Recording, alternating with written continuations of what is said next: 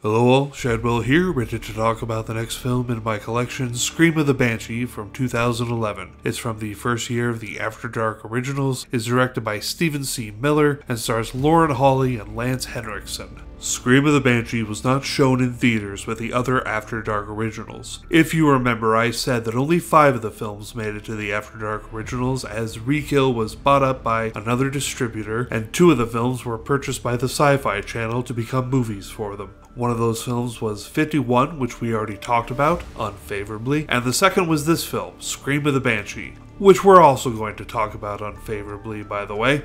Scream of the Banshee is not very good at all. Actually, it has one thing going for it, and that's the Banshee's head. And I have to specify I'm talking about the head that is found in the box at the beginning of the movie, not the head of the hag incarnation of the Banshee, which looks like a much less respectable makeup and latex job. Other than the cool look of the Banshee's head, this film is a dud.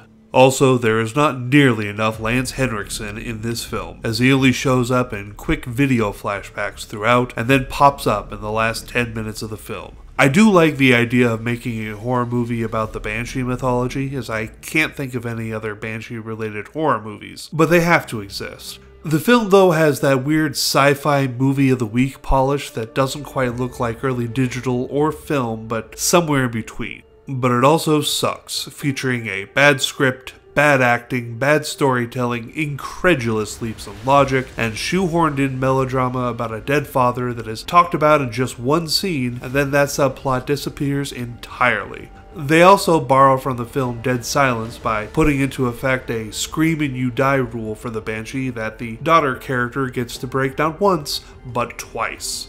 Other than that Banshee head, there is nothing to like about Scream of the Banshee, which is why I'm giving it an F+, because that head was pretty cool. The rest of the movie, however, is very much not.